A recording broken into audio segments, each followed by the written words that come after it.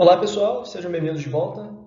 Nessa aula vamos falar sobre matrizes simétricas e sobre dois tipos especiais de matrizes simétricas, que são as matrizes definidas positivas e as matrizes semidefinidas positivas.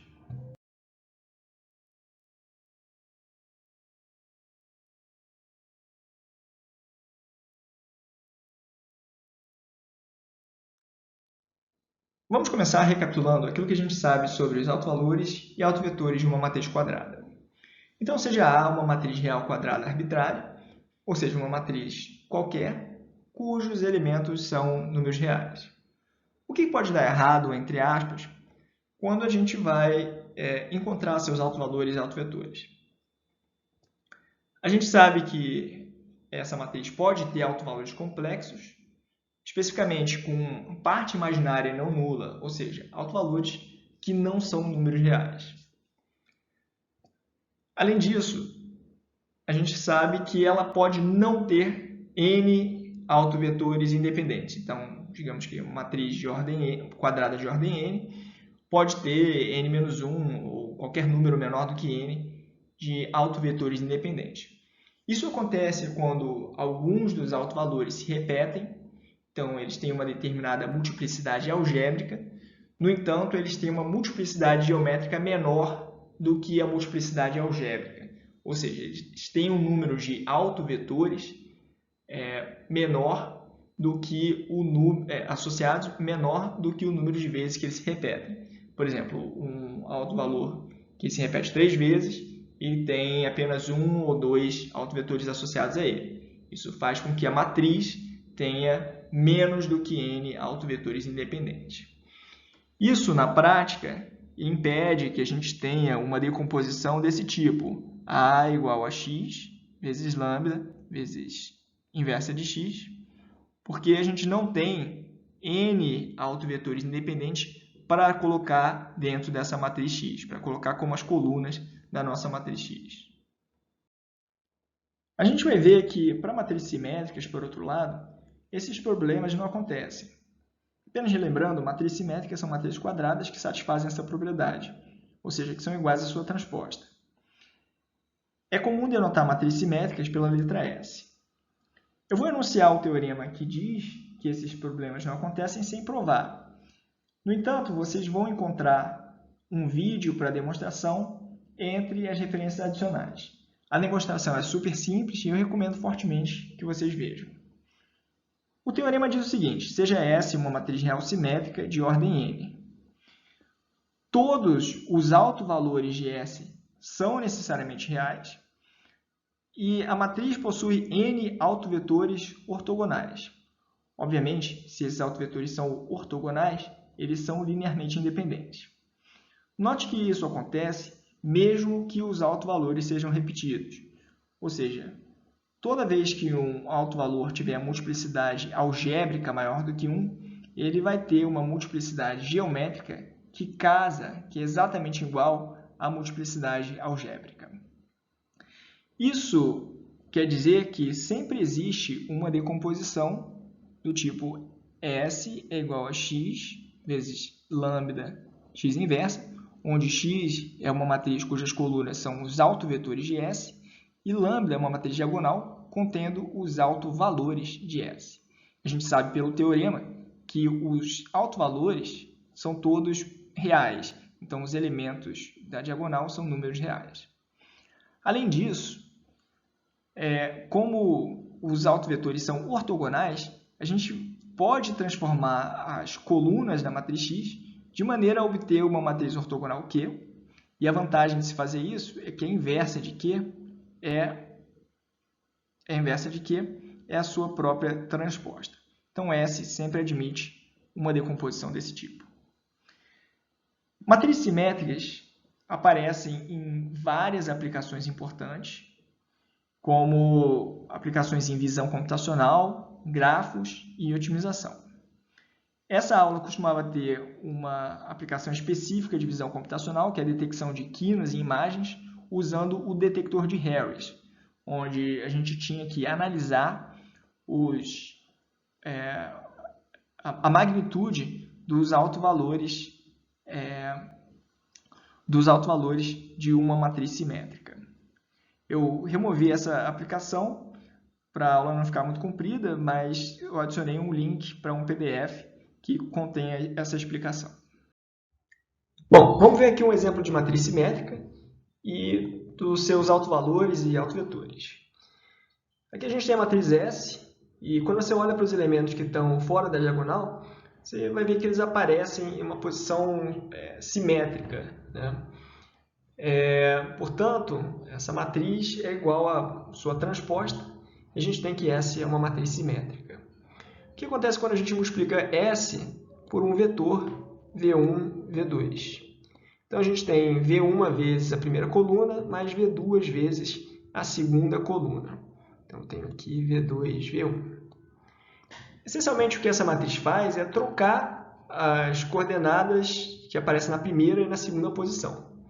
Se essas coordenadas são iguais, por exemplo, se eu pegar e multiplicar aqui pelo vetor 1, 1, certo? Isso aqui vai me dar o próprio vetor 1, 1. Troquei as duas coordenadas, mas como elas são iguais, né?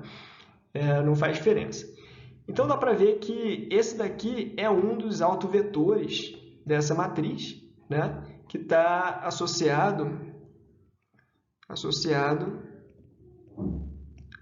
ao autovalor lambda1 igual a 1. Bom, qual a outra possibilidade, né? Se a gente multiplicar S pelo vetor 1 e menos 1, isso aqui vai me dar menos 1 e 1. Então, não é o mesmo... isso aqui, né, é diferente disso aqui, tá? Mas eles ainda estão na mesma reta, né? Se você for pegar a reta que liga a origem, estou aqui no R2, né? A reta que liga a origem ao 1 menos 1, que é esse ponto, esse vetor aqui, certo? Você vai ver que o vetor menos 1 e 1, que é esse outro vetor em azul aqui, ele está na mesma reta, ok? Então, a gente tem que esse aqui é também um autovetor dessa matriz associado ao autovalor lambda2 igual a menos 1, ok? Bom, existe uma forma mais padronizada, né, de você calcular esses autovalores e em seguida os autovetores, que é pelo polinômio característico, certo? Você pega e faz determinante de S menos lambda i igual a 0, calcula os valores de lambda que satisfazem essa equação de segundo grau, e a partir desses autovalores você calcula os autovetores. Como é uma matriz 2×2, uma saída um pouco mais rápida que a gente tem é pegar o traço, né, dessa matriz, que é a soma dos elementos da diagonal, 0, e dizer, olha, isso aqui é igual à soma dos autovalores. E aí a gente pega o determinante dessa matriz, que é 0 menos 1 vezes 1 dá menos 1, e isso aqui é igual ao produto dos autovalores. E aí quem são os dois números que somados dão 0 e que multiplicados dão menos 1? São justamente esses autovalores que a gente calculou aqui. Ok? Beleza. A decomposição espectral, ou seja, em autovalores e autovetores de uma matriz simétrica, tem características muito especiais, diferente da decomposição de uma matriz arbitrária, ou seja, de uma matriz qualquer. Vamos ver que características são essas. Como eu falei lá no início, uma matriz simétrica S possui N autovetores independentes. Por causa disso, ela sempre admite uma decomposição espectral desse tipo, em S igual a x vezes lambda vezes a inversa de x. Essa é a primeira característica especial. Como x, né, a matriz de autovetores, e os autovetores são colunas independentes dessa matriz, ele tem determinantes diferentes de zero, portanto, ele admite uma inversa. Tá? Só que mais do que autovetores independentes, os autovetores são ortogonais. Então, se você multiplicar um autovetor pelo outro, dá o escalar zero.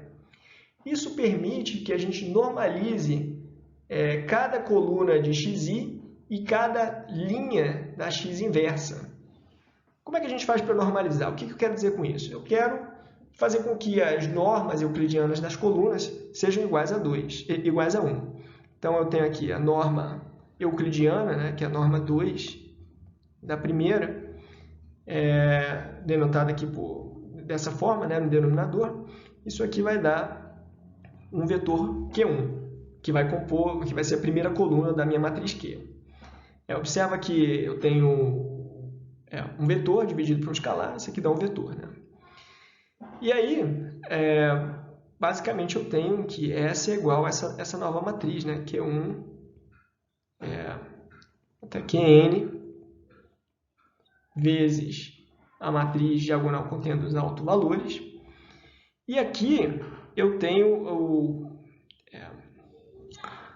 o que eu vou denotar aqui como sendo a inversa, né, da matriz Q. Tá? E aqui vai ser a primeira linha dessa inversa. Não confundir com a inversa da coluna, que não faz muito sentido falar. Tá? Então, eu tenho aqui, usando essa notação esquisita, essa inversa. Só que o que acontece é o seguinte, como Q é uma matriz quadrada, né? Então, se essa é uma matriz ortogonal, tá? Ou seja, as colunas são ortogonais entre si e elas são também ortonormais, ou seja, elas são ortogonais e têm norma euclidiana igual a 1. Então, a inversa dessa matriz Q é sua própria transposta. Então, eu posso substituir aqui esse Q inversa pela transposta. E aí a gente tem a segunda característica especial da matriz simétrica, que é admitir uma decomposição espectral, onde a matriz de autovetores ela é uma matriz ortogonal. Okay? Portanto, eu deixo de ter x, lambda, x inversa e passo a ter q, lambda, q transposto. Aí, dentro do conjunto de todas as matrizes simétricas, existe um subconjunto ainda mais especial, que é aquele das matrizes definidas positivas. As matrizes definidas positivas, elas podem ser descritas de qualquer uma dessas 5 formas aqui. Todas essas definições são equivalentes. Então, uma matriz definida positiva é uma matriz simétrica, onde todos os autovalores são maiores do que zero. Então, se os autovalores são 2 e 3, é uma matriz definida positiva. Uma segunda definição equivalente diz que é uma matriz simétrica, S, né, cuja energia é maior do que zero para todo para todo vetor não nulo. Então, o que é energia? Energia é essa forma quadrática aqui, né, que a gente calcula fazendo x transposto vezes S vezes x. Lembra que S vezes x, né? Isso aqui vai me dar um vetor coluna, digamos um vetor y. E aí, quando eu faço x transposto y, isso aqui me dá um número. Se esse número for maior do que zero para todo vetor não nulo, essa matriz é definida positiva. Terceira definição equivalente. S pode ser escrita como A transposto A para alguma matriz A com colunas linearmente independentes. Quarta definição equivalente. Todos os determinantes dos menores principais líderes são maiores do que zero. O que é um menor principal líder? Não? O menor de uma matriz é qualquer subconjunto, né, de linhas e colunas dessa matriz. Quando as linhas que você está selecionando são as mesmas, tem os mesmos índices das colunas que você está selecionando, então isso é um menor principal. E se você está pegando um canto dessa matriz, né, começando lá da posição 1 até a posição KK, que pode ser escrita, né, dessa forma aqui em Python, então isso é um menor principal líder. E o determinante de todos os menores principais líderes tem que ser maior do que zero. Então, se você tem aqui uma matriz n por n, tá? O determinante desse primeiro menor principal líder, tá? Que só tem um elemento. O determinante aqui desse desse menor principal líder tem que ser maior do que zero. Aí você vai para o próximo. Determinante dessa matriz 2 por 2 aqui tem que ser maior do que zero. Determinante dessa matriz 3 por 3 tem que ser maior do que zero. Até, finalmente, o determinante da nésima matriz, n por n. Observa que não basta só o último determinante ser maior do que zero. O determinante de todos os menores principais líderes tem que ser maior do que zero. Quinta definição equivalente. Todos os pivôs na eliminação de Gauss são maiores do que zero. Essas definições, elas sempre são satisfeitas simultaneamente. Então, se você satisfaz a definição 1, você satisfaz a 2, 3, 4 e 5. Satisfaz a 2, satisfaz a 1, 3, 4 e 5. Ou seja, cada um deles pode ser visto como um teste para determinar se uma matriz é definida positiva. Tá? Basta ser verificado, basta você verificar qualquer uma dessas afirmações que você pode dizer que a matriz é definida positiva. Então, vamos ver alguns exemplos numéricos de como se testar se uma matriz S é definida positiva. Então, está aqui a nossa primeira matriz simétrica. Aliás, é sempre bom verificar se ela é simétrica. A gente olha para aquilo que está fora da diagonal, e vê se é como se fosse uma reflexão em relação a essa linha. De fato, é simétrica.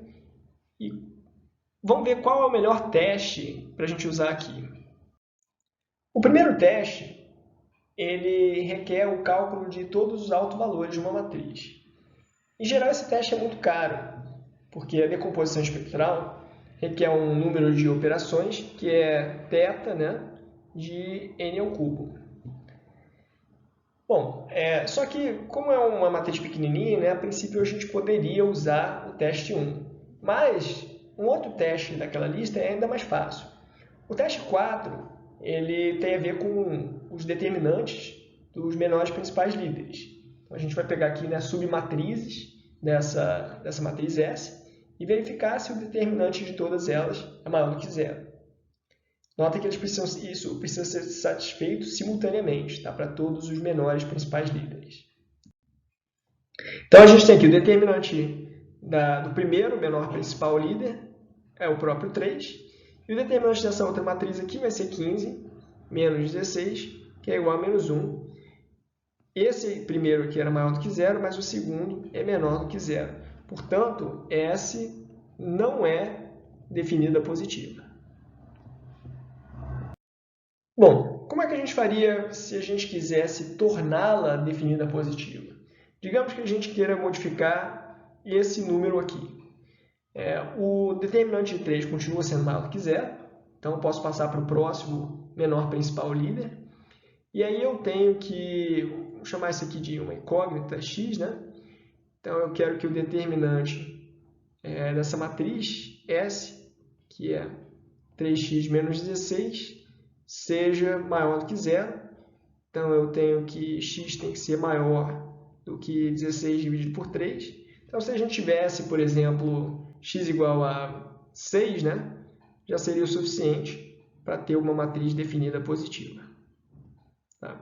Observa que eu preferi mexer nesse elemento, ao invés de mexer nos elementos que estão fora da diagonal, porque senão eu teria que mexer em dois elementos, digamos assim, embora eles sejam os mesmos. Agora eu vou usar essa nova matriz como exemplo para ilustrar um teste diferente, que é o teste 5, que se refere à eliminação de Gauss. O teste diz que todos os pivôs têm que ser positivos. Vamos ver se esse aqui é o caso. A gente tem essa matriz aqui, 3, 4, 4, 6, certo? E aí eu vou... Isso aqui é o símbolo para indicar que a próxima matriz é equivalente à primeira, tá? E como é que a gente faz aqui a eliminação, Eu vou pegar e dividir 4 por 3, então eu tenho que multiplicar aqui pela constante menos 4 terços, para poder... tem que multiplicar a primeira linha por menos 4 terços para poder eliminar aqui a segunda. Então a gente tem 3 quartos... menos 12 terços, que é menos 4, vai dar 0. Menos 16 terços com mais 6, 6 menos 16 terços, vai dar 18 2/3, né? 2/3. E aí a gente tem que esse pivô, o 3, é maior do que 0, e o 2/3 é maior do que 0 também. Portanto, S é definida positiva.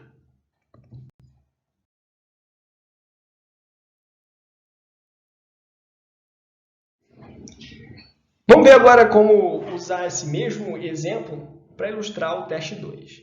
O teste 2 é aquele que se refere à energia de uma matriz. Energia, ou forma quadrática, é essencialmente uma função que vai levar um vetor qualquer, né, a um escalar. Como é que funciona essa função? Eu pego o meu vetor x, né, e calculo x transposto vezes a matriz S. A gente pode pensar que esses são os parâmetros, né, dessa função, e multiplico aqui por x. Tá? Observa que um vetor linha vezes uma matriz dá um vetor linha, que vezes um vetor coluna dá um número. Que número é esse? Vamos fazer aqui. x1, x2, vezes a matriz 3, 4, 4, 6, vezes o vetor coluna x1, x2. Fazendo aqui essa primeira operação, vai dar um vetor linha. Tá? E aí, quando você multiplica vetor linha por matriz, é como se você fizesse uma combinação linear das linhas dessa matriz, usando as coordenadas do vetor como coeficiente. Tá? Então, a primeira linha aparece multiplicada por x1. Então, tenho 3x1, vai aparecer aqui. A segunda linha aparece multiplicada por x2, mais 4x2. E aí eu tenho aqui, agora fazendo para a segunda coordenada, 4x1 mais 6x2. Tomar um pouco de cuidado com essa operação aqui, que eu mesmo cometo vários erros. E a gente multiplica agora por esse vetor. Então, eu tenho esse aqui vezes isso aqui. Vou fazer aqui por parte, né, para não embolar o meio de campo. 3x1 ao quadrado mais 4x1, x2, mais 4. Aí esse aqui aparece multiplicando esse aqui, né? 4x1, x2, mais 6x2 ao quadrado.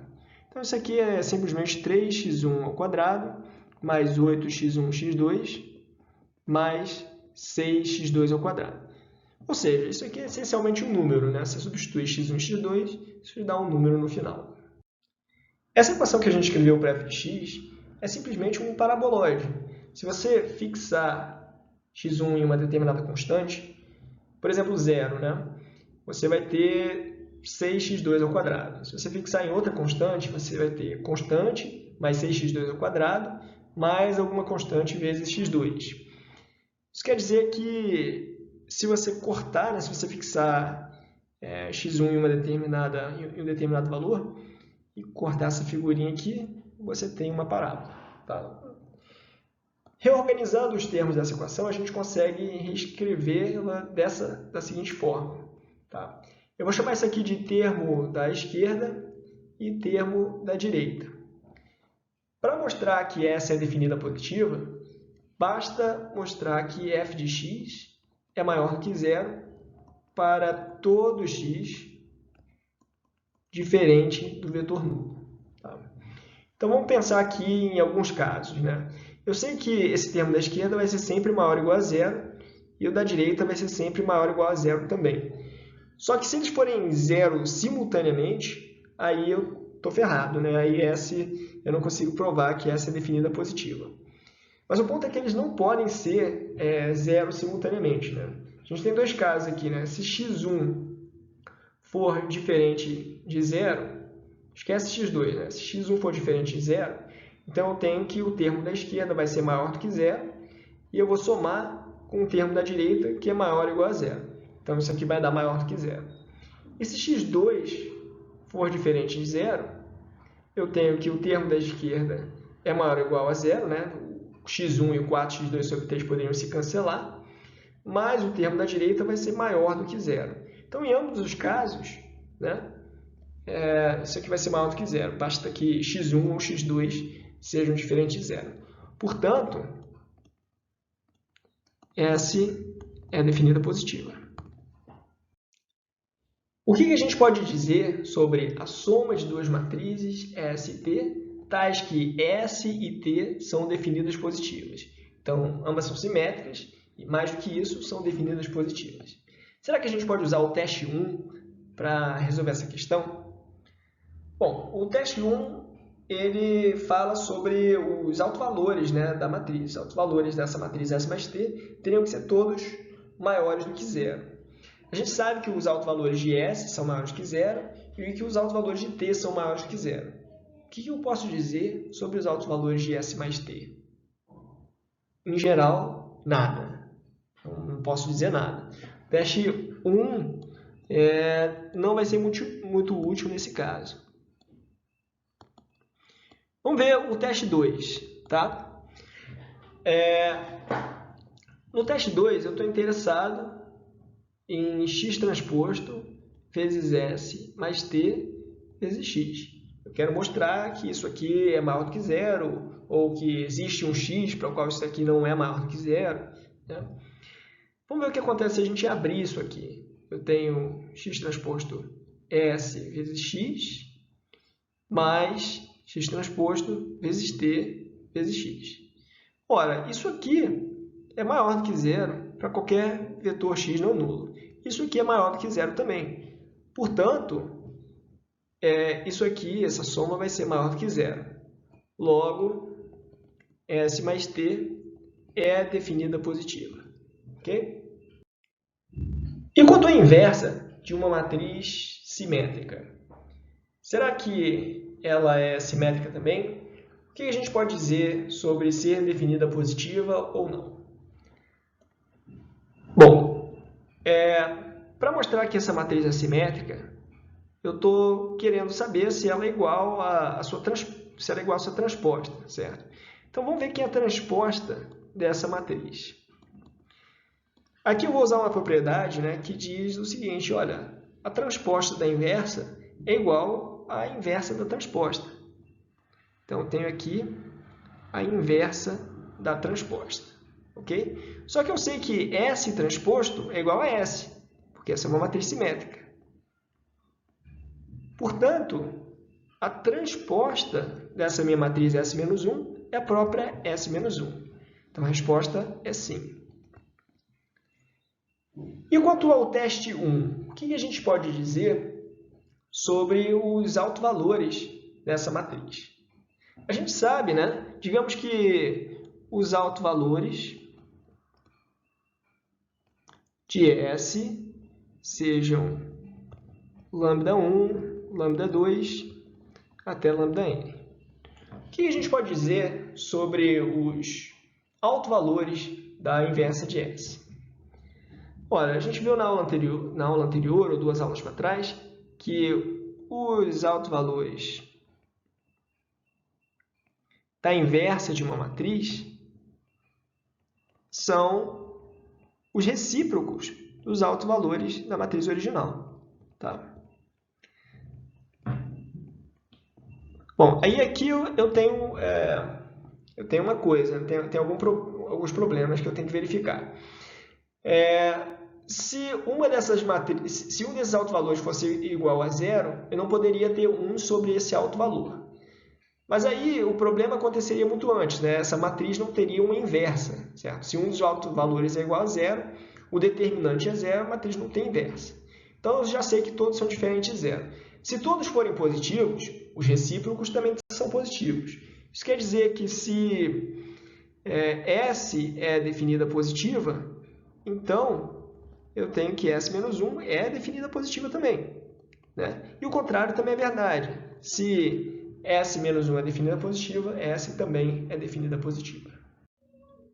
E quanto ao produto SM, onde M é simplesmente uma matriz quadrada? Ora, não dá para dizer muita coisa. Isso porque SM não é nem necessariamente simétrica. Né? Um exemplo simples é o seguinte, a gente tem aqui uma matriz, digamos, simétrica, cujas colunas sejam S1 e S2. Tá? E aí você multiplica por uma matriz e o efeito que essa matriz tem é replicar a coluna S1. Então você passa a ter S1, S1. Tá? Essa matriz não necessariamente simétrica. E quanto à matriz Q transposto vezes S vezes Q, onde Q é uma matriz ortogonal. Será que essa matriz é simétrica? Para isso, a gente pode olhar para a transposta dessa matriz. Tá? Q transposto S vezes Q transposto. Quando você pega assim, um produto e transpõe, você vai trocar os elementos de ordem e transpor um a um. Então, primeiro aparece esse Q, vai aparecer transposto, o S aparece transposto, e esse Q transposto aqui vai aparecer transposto de novo, então ele volta a ser Q. S transposto é o próprio S, né? Então a gente tem Q transposto vezes S vezes Q, que é exatamente igual à matriz original, portanto, sim, a matriz é simétrica. Quanto à segunda pergunta, ele é definido positiva? Bom, vamos pensar aqui.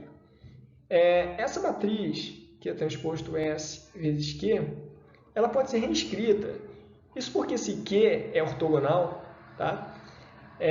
A transposta de Q é a sua própria inversa. Então, eu tenho aqui Q inversa vezes S vezes Q.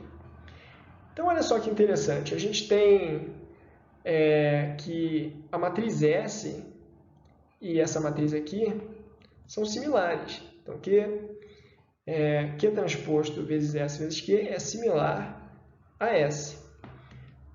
Por que ela é similar? Porque uma matriz A é similar a B, né? Então aqui definição de similar. A é similar a B quando existe uma matriz M, tal que isso aqui seja verdade, ou uma matriz, sei lá, P, tal que isso aqui seja verdade. Tá? Nesse caso, as matrizes são similares e têm os mesmos autovalores. Então, se S é definida positiva, Q transposto vezes S vezes Q, que é uma matriz também, é definida positiva e tem os mesmos autovalores da matriz S. Coloquei aqui um outro caminho para chegar nessa mesma conclusão, que é usando de novo aquela equação de energia, né? Então, tenho aqui a matriz, que eu quero verificar se é definida positiva. E aí eu faço x transposto vezes essa matriz vezes x. Isso aqui eu posso chamar de y, tá? É um vetor, na verdade eu vou chamar de y transposto, porque é um vetor linha, né? Vetor linha vezes matriz dá um vetor linha. E esse q transposto x é justamente a transposta de y. Então tenho y transposto vezes s vezes y. Como s é definida positiva, toda forma quadrática vai ser maior do que zero. Portanto, q vezes s vezes q transposto também é definida positiva. Vamos falar agora sobre matrizes semidefinidas positivas. Essas matrizes são muito parecidas com a classe das matrizes definidas positivas, só que com pequenas diferenças. Tá? Novamente, aqui tem 5 definições equivalentes e elas podem ser usadas como teste para verificar se uma matriz é semidefinida positiva. Vamos ver a diferença na primeira definição. A primeira diz que todos os autovalores são maiores ou iguais a zero. Isso quer dizer que eu permito que alguns dos autovalores sejam iguais a zero. Com isso, a gente está usando a definição de alguns livros que diz que todas as matrizes definidas positivas são semidefinidas positivas. Tá? Então, é como se fosse um subconjunto. Em alguns outros livros, eles vão dizer que, olha, eu tenho que ter pelo menos um autovalor igual a zero, e aí eu chamo isso de semidefinida positiva. Se todos forem maiores do que zero, eu vou chamar de definida positiva. Bom, a segunda definição, agora, novamente eu coloco um maior ou igual aqui, né? A energia vai ser maior ou igual para todo x não nulo. Agora, na terceira definição, eu permito colunas dependentes. Tá? Então, existe uma decomposição A transposto A, onde algumas das colunas de A podem ser dependentes. O determinante, né, de todos os menores principais líderes agora passa a ser maior ou igual a zero. Ok? Então, aqui deveria ser um maior ou igual. Ok? Maior ou igual. E R pivôs na eliminação de Gauss serão maiores do que zero para algum R menor ou igual a N. Tá? Novamente, isso aqui englobaria a definição as matrizes definidas positivas como sendo também semidefinidas positivas. Tá? Então, vamos ver agora como testar se essa é semidefinida positiva. Aqui eu tenho, de novo, a matriz que a gente usou lá atrás. E usando aquele teste 4, né, dos menores principais líderes, a gente tem um determinante maior do que zero. E aí eu teria que calcular o determinante do segundo menor principal líder. Como é que eu faço para tornar essa matriz semi-definida positiva, mas sem que ela seja definida positiva? Ou seja, eu quero que o determinante, né, dessa outra matriz aqui seja igual a zero. Então, eu tenho que 3x menos 16 igual a zero. X teria que ser 16 terços para que seja semi-definida positiva, mas não definida positiva. Nesse caso é inclusive fácil calcular os autovalores, porque a gente tem que o determinante é zero, né? Então pelo menos um dos autovalores é zero, digamos que seja o lambda 1. E a gente tem que o traço é 3 mais 16 terços, isso dá 25 terços, então esse aqui tem que ser o segundo autovalor. Já essa outra matriz aqui, ela é simétrica, né?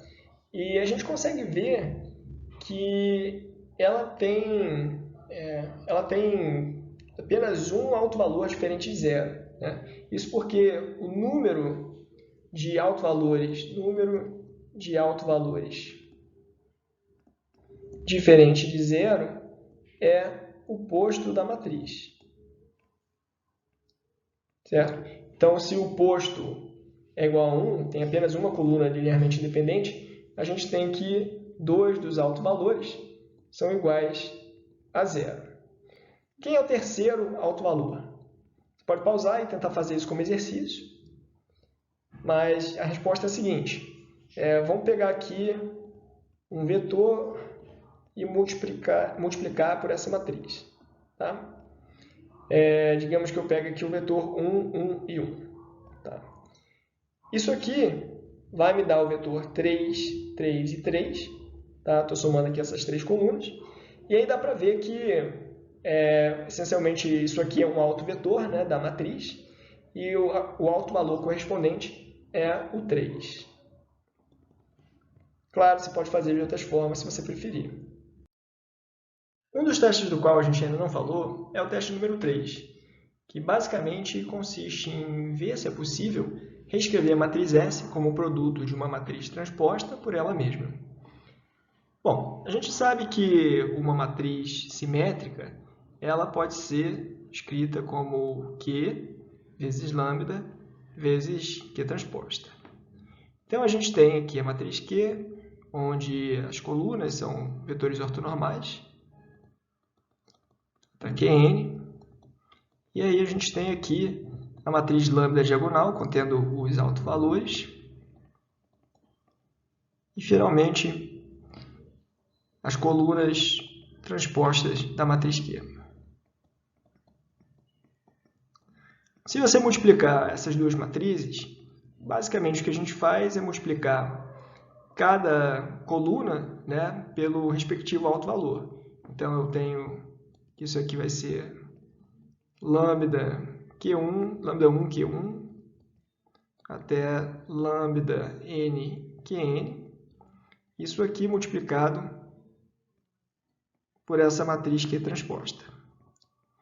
Bom, aqui a gente vai usar o seguinte fato, né? Como as colunas são ortonormais, quando eu multiplicar lambda 1 Q1 por qualquer uma coluna, por qualquer uma linha da segunda matriz, desde que não seja a primeira, isso aqui vai dar zero.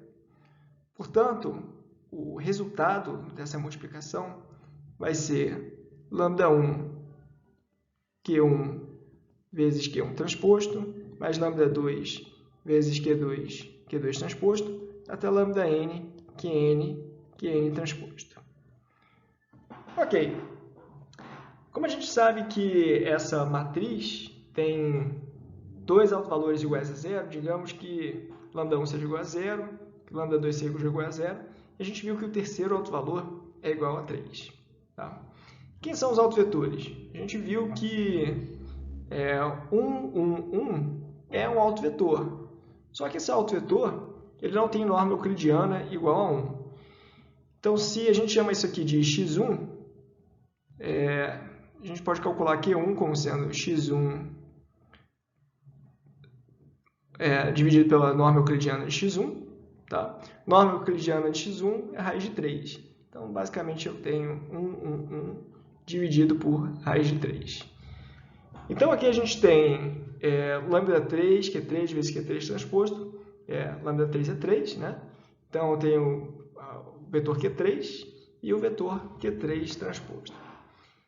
Ora, se a gente pegar esse 3 aqui e fizer o caminho contrário, né? Dividir ele em raiz de 3 vezes raiz de 3, e aqui a gente multiplica a primeira matriz por raiz de 3 e a segunda matriz por raiz de 3. Observa que eu estou chamando esses vetores coluna e linha de matrizes, porque eles são matrizes também, né? Então, a gente tem, finalmente, isso aqui vezes isso aqui. Ok? Parece que a gente foi e voltou um pouco, mas é porque eu queria mostrar como obter esses vetores ortonormais. E aí, finalmente, a gente tem aqui a matriz A, né, o A transposto, e a matriz A, que multiplicadas me recuperam a matriz S. Bom, talvez você esteja se perguntando o que acontece, né, quando lambda 2 é diferente de zero, ou quando lambda 1 também é diferente de zero. Nesse caso, a gente vai ter a soma de algumas matrizes simétricas, né? Isso aqui vai me dar uma matriz simétrica também. Mas a pergunta que eu vou deixar como exercício, né, como é que a gente escreve essas matrizes A transposta e A quando você tem mais de um alto valor não nulo?